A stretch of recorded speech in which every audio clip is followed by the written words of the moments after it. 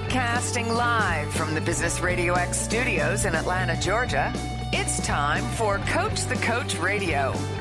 Brought to you by the Business RadioX Ambassador Program, the no-cost business development strategy for coaches who want to spend more time serving local business clients and less time selling them.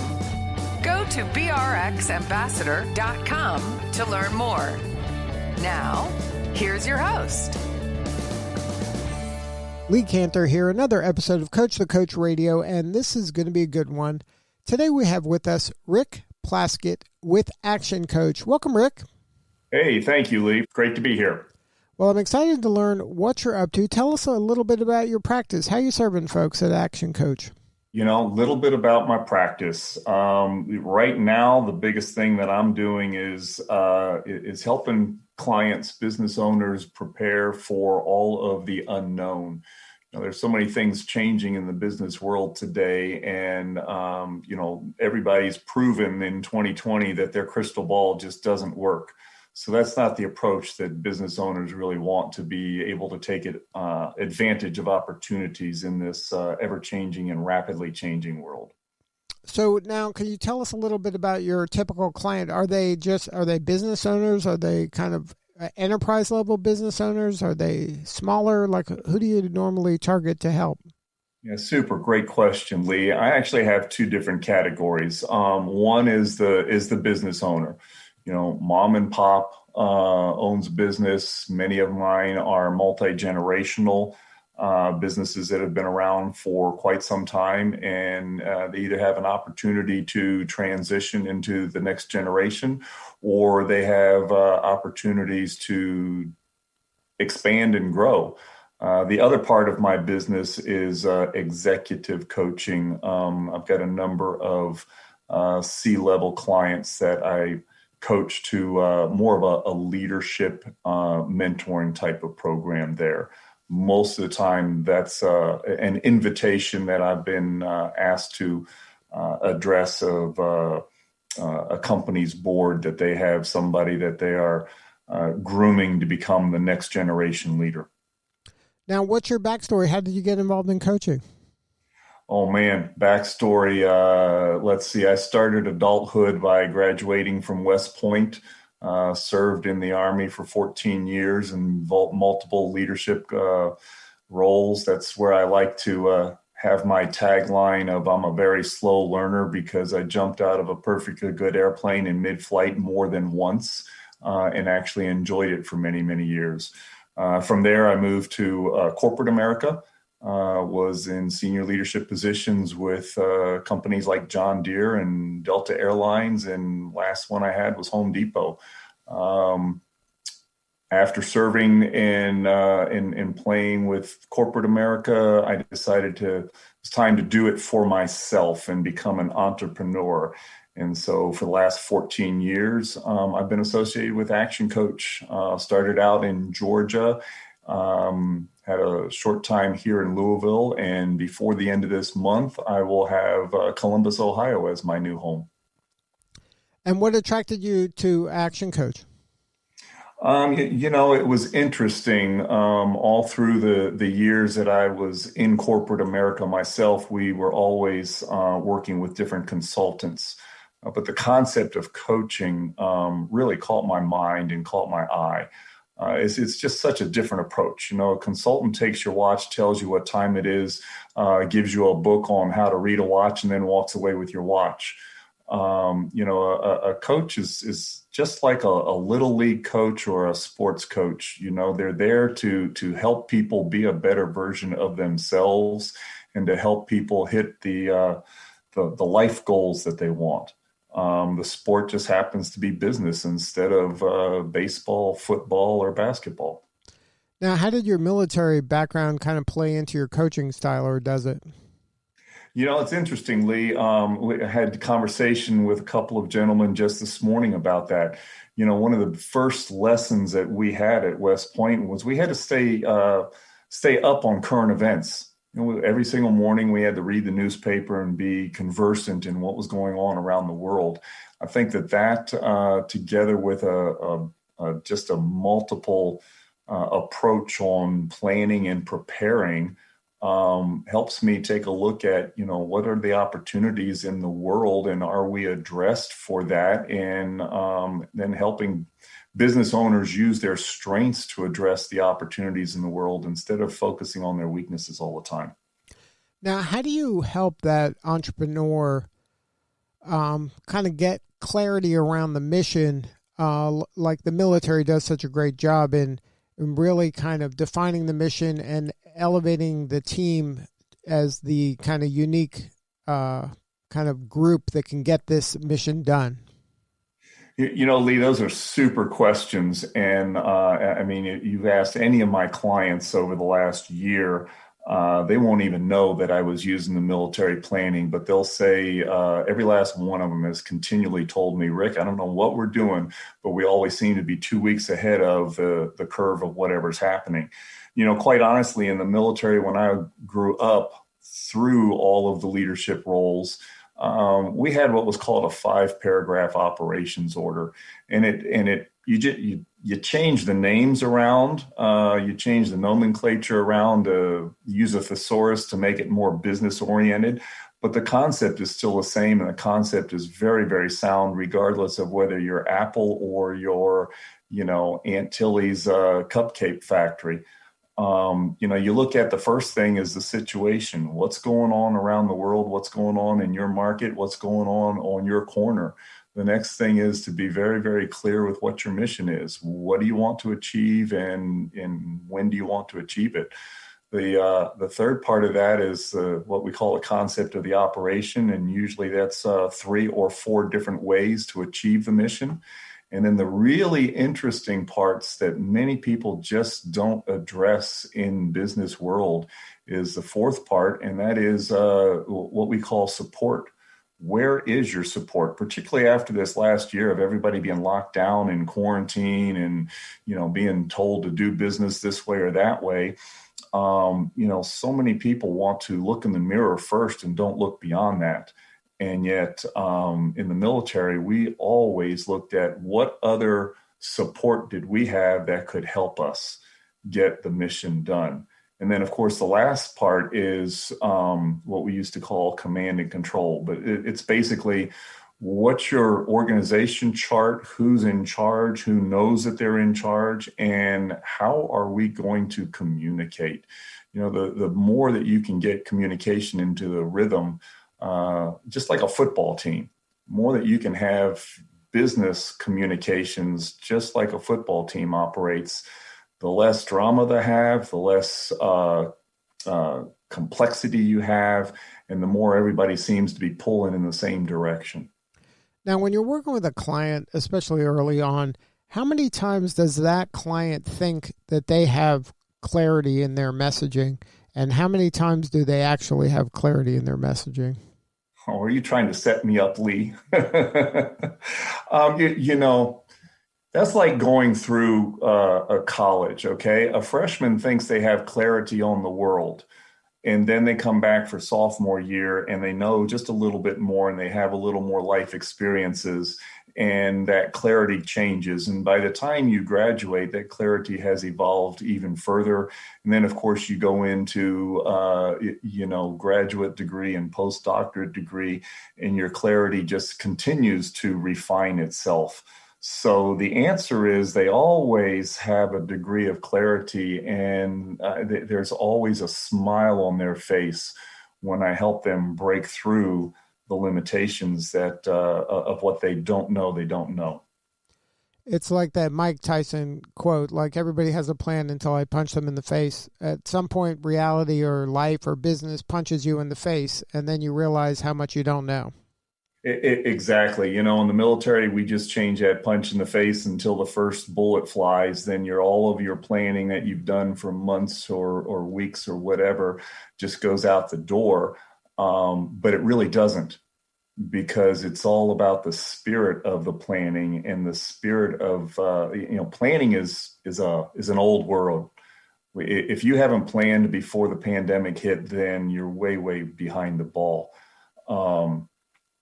Right now it's being prepared. What you have right now. What are the opportunities that you have right now, and how do you address it with your resources and your strengths? So preparedness is the proper word, not planning. And when you say preparedness, it's kind of maximizing your strengths, right? And then it does it maximizing and leveraging your strengths to their fullest is one part of the equation, but also shoring up your weaknesses is another. How do you help your clients kind of manage that balance, or are you of the philosophy that, hey, don't worry about your weaknesses, let's just focus on your strengths? Well, if I work backwards from that, I like to look at every one of my clients as if they're Superman. They have strengths, and if the world acknowledges those strengths are actually your superpower. Okay. So I may be strong in one area, but if the rest of the world doesn't see that, then it's not my superpower. But if everybody looks at me and says, there goes the guy that can do blank, blank, blank, that's my superpower. Just like Superman, he gets in a room with that kryptonite and he can't even walk away from it. He's got to have Lois Lane or Jimmy Olsen help him move away from the kryptonite. Developing strengths, or developing weaknesses, it's just not the way I coach. Are there some basic fundamental weaknesses? If you want to move fast, then you're going to have to learn how to run or drive a race car. But many times it's a simple thing of acknowledging what the weakness is and finding a solution for it, and helping people realize that sometimes they don't have to be the solution. I'm not a musician. I cannot play music. I cannot sing a note myself, but I can appreciate it when someone else does, and I can turn the volume up. And it's one of those things that requires a little bit of humility, though. And sometimes entrepreneurs think that they have to be the ones with all the answers, and it's hard for them to step back and be a little humble and say, you know what, that's not my superpower. My superpower is this. That's why I got you on the team, because you're the one who's going to make that happen. You're absolutely correct. There's superpowers, there's egos, and then there's what people see in the mirror versus what the rest of the world sees. I've got a little secret weapon that I use, and it's a very simple tool that helps people identify what their current values are. And many times we start by, in the military, we were always taught never attack a frontal attack, always find a weakness and do an end round. It's better that way. You have a higher rate of success. It's the same thing in this type of scenario, Lee. If I can help someone identify and really identify with what their values are, then we pivot and say, okay, out of the values that you have, say you have 3 or 4 values that you hold dearly. Well, every single day when you're holding this radio show and talking with people, if your values are being met, then you're actually energized. But if your values are not being met, if there's a void there, then there's like a leech on your energy, just sucks it away. And so many times that ego or that false self-image, we can find a root in that in their values and help them see that, are they being true to their own values and what they say is important? Then let's find a solution to this. Now let's talk about how folks initially find you. Like, what's the pain that they're having where they're going, you know what, I got to get a hold of Rick and his team. What's happening in their business or in their life where, there's some breadcrumbs for you to say, you know what, this is a good time for me to interject myself? It's interesting. Most of my clients find me one of 2 or 3 areas. The first one is they've gone through their honeymoon of their business. They've got a business that's functioning, and yet they find in some way, shape, or form, they feel a little bit enslaved by the business. They may see an opportunity to grow into a new territory, a new business, and they just can't seem to, they recognize that they need to get out of their own way, but they don't know how to do that. The other one that has been for the last 4 or 5 years has just dominated a lot of my business has been multi-generational. You know, the father and the son, the all of the different family connections that will get together for Easter dinner, will get together in a backyard barbecue for Mother's Day or Memorial Day coming up. But if you ask one what the other's goal is in their business, it usually starts out, well, I think. And so, you know, helping them to become aligned in what the business really means to each generation is a huge benefit I have. Now, here recently, Lee, the phone's been going off the hook on a whole lot of businesses that say, you know, I can't hire right now. What's your magic pill? And I don't have a magic pill. I've got a lot of solutions and a lot of successful solutions that we've done with people. And most of it is involved in hiring not the traditional way. But that's a major challenge today with many of my clients is hiring people. The good news is most of them have the people that they need right now. But that doesn't mean that they're, you know, sitting back and comfortable. There's a lot of things that leaders and business owners really need to be focused on in the area of people right now because of the national environment that we have in the labor area. So now for you personally, what's the most rewarding part of this job? I mean, now you have a different mission, a different hill you're trying to take. Is this as rewarding as your time in the military? Is this a different kind of rewarding?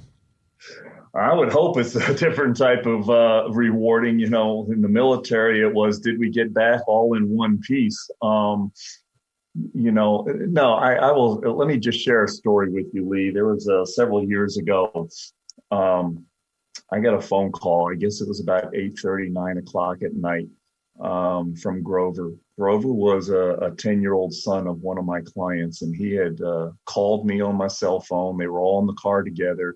And, you know, here this 10-year-old boy is saying, hey, coach, dad's taking us to Disney World. He got his client, you know, and his dad was having this opportunity. He had a opportunity to grow his business, probably we doubled it with just 2 new clients. And for 6 months, he was looking at it and it was paralysis. It was paralysis by analysis. He was looking at it 16 different ways. And the way we finally broke through was just happened to visit, and we were sitting on his front porch one day when his son came home on the school bus.